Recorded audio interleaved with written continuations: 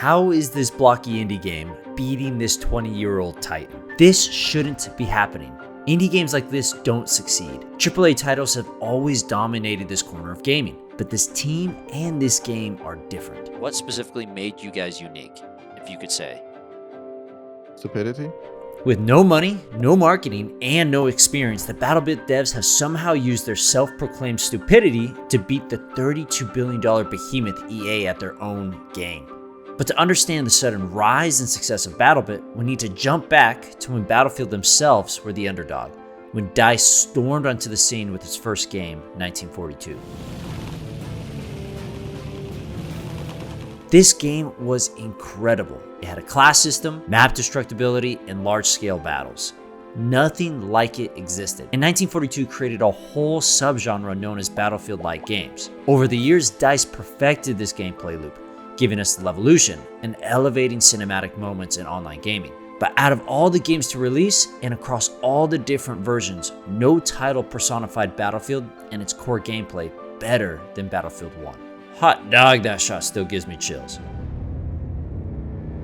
Like the trailer, this game was awesome. They took everything that makes this series great and just amped it up to an 11. People were so hyped that in the first week alone, Battlefield 1 sold more copies than Battlefield 4 and Hardline combined. But while EA and DICE celebrated, across the sea in Eastern Europe, a two-man team began developing a Battlefield killer.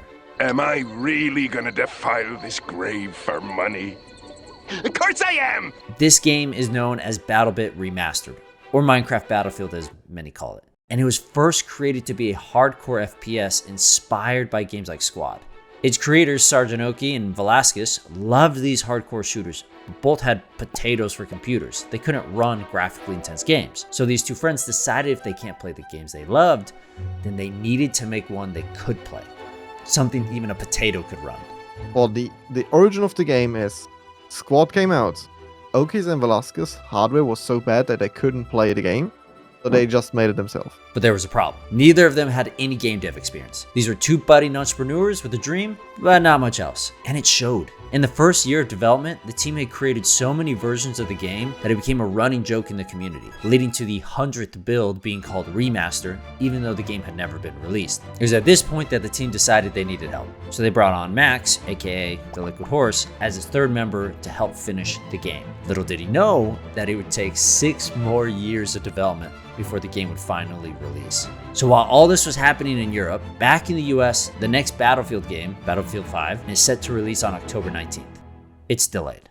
Well, that's not a good sign, but they're only pushing it back a month. So, no big deal, right? Take control of the objectives. Battlefield 5's launch was terrible. Many players had performance issues, and the game was a buggy mess. It was still Battlefield, but it was really hard to enjoy the game with all its issues. And sadly, across the way, Battlebit wasn't doing much better. In that same year, the Battlebit team ran their first open beta. While it struggled at first because of their own technical issues, once the problems were fixed, players still didn't enjoy the game. The hardcore design made the game too slow, things like reloading and bandaging were drawn out and frustrating, so after 2 years of work, thousands of hours of development, the game flopped. The community didn't like the game, and the team wasn't really sure why. They had been planning on doing an early access, but with this lackluster reception, it didn't seem like a good option anymore. Now, after the failure of Battlefield 5, production for 2042 had to ramp up quickly. EA executives saw the failure of 5 as a design failure and not a technical one, so they tossed out their tried and true formula for something newer, something younger. Bonnie, how do you keep getting back in? This was the final straw for DICE devs, and many who had worked on Battlefield for decades left. Most of these developers that walked away were senior developers with hundreds of years of combined experience in Battlefield. This wasn't good. Top developers jumping ship, Battlefield was becoming a battle royale, and EA was pushing an engine upgrade, all at the same time. This young dev team had a lot on their plate, and they only had 18 months after the engine upgrade to create a whole new Battlefield experience. So while EA was tossing out Battlefield's Krabby Patty secret formula, the Battlebit devs were trying to find theirs. After the failed alpha, the Battlebit team realized that people expected a game with blocky art style to be more casual, something fun and simple, not a hardcore shooter like Squad. The visuals of the game don't deliver what the game actually plays like. Sure. They don't really stand together. The gameplay is way more hardcore. But rather than give up, this team rebuilt the game completely from scratch, focused purely on their players having fun. So with this feedback driving development, the team searched for their Krabby Patty secret formula, tweaking the game month after month until they discovered the perfect balance of casual gameplay and hardcore features. Not to mention the game had tanks, helicopters, and 254 player matches. Let's just say the hype was real. People were desperate to know when the game would release. But the problem was, developers weren't too sure themselves, frequently saying that the game would release in year 2077. These guys had no clue when the game was coming out. But what they did know was that another poorly received beta would be devastating, and they wanted to make sure the game was perfect before release. It was perfect. And while Battlebit was being perfected for its beta, EA pushed out theirs. I'm sorry, I don't play video games that lie to me, you know? Battlefield 2042 was a mess. So to soothe players, EA assured us that the build we were playing was an old one, and most of the issues we encountered had already been fixed. The biggest launch in Battlefield's history turned into the biggest flop. The game was unplayable. It felt like EA just rolled the dice on release, praying that their game would fix itself. It didn't. Social media was having a heyday, so EA CEO Andrew Wilson came out with a statement saying, "As much as I'd hate to admit it, DICE the studio has been able to do this a number of times now, and really go back and rebuild at the core and re-engage the community. As long as we do that in conjunction with the committee, that's what the studio is great at doing." Yeah, that didn't happen.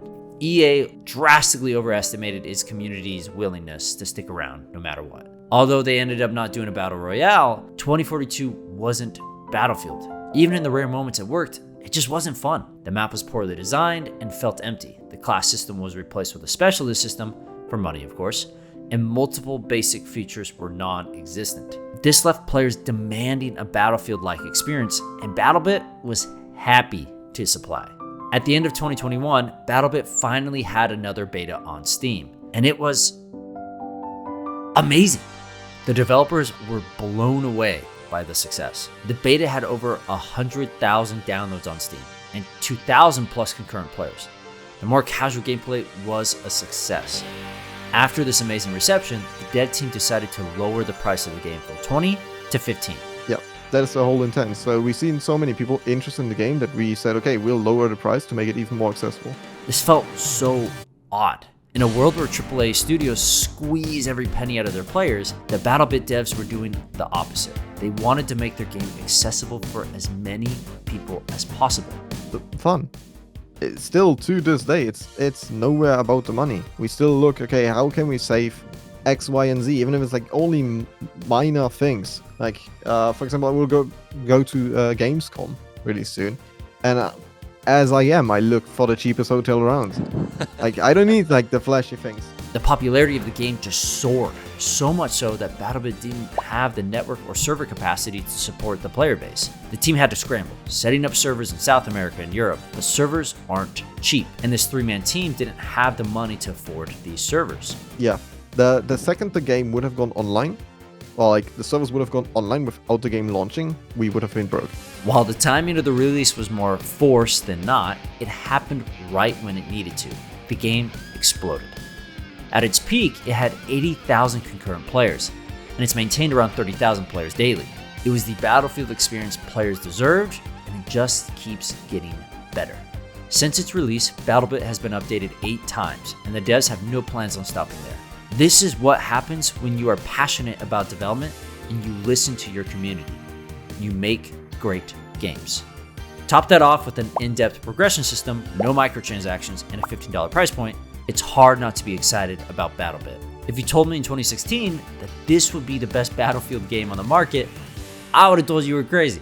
But with so many top market games coming out as unfinished trash, players are looking for new options. We are entering a reality where the best games on the market aren't coming from AAA studios with the most resources, but from small, passionate studios that care about their players, care about their games, and care about following the fun. Everything we ever did was just for the sake of having something fun to play ourselves. If you'd like to see my entire interview with Max from Battlebit, go check out our Patreon. We upload extra content there and do monthly business Q&As to help aspiring game developers. Also, go check out Battlebit. This is the indie game highlight this week, and I highly suggest you pick up a copy. You can feel the love and attention it was given from its developers. And during my chat with Max, I could tell he really cared. Thanks everyone, and I'll see you next time.